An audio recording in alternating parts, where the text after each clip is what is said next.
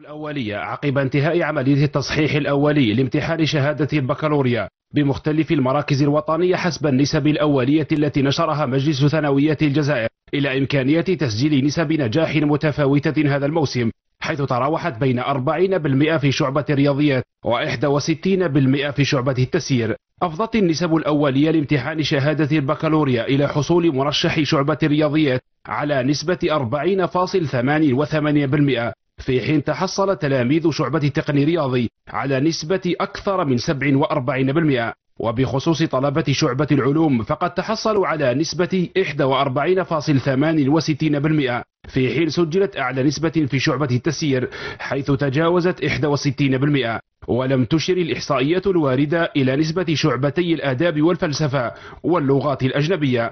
وعرفت النسب حسب المواد تفاوتا من شعبة لأخرى، إلا أن مادة الفلسفة التي أثارت جدلا واسعا بالنسبة للممتحنين والمصححين قاربت النسبة فيها في كل الشعب 70%، باستثناء شعبة التسيير التي سجلت 31%.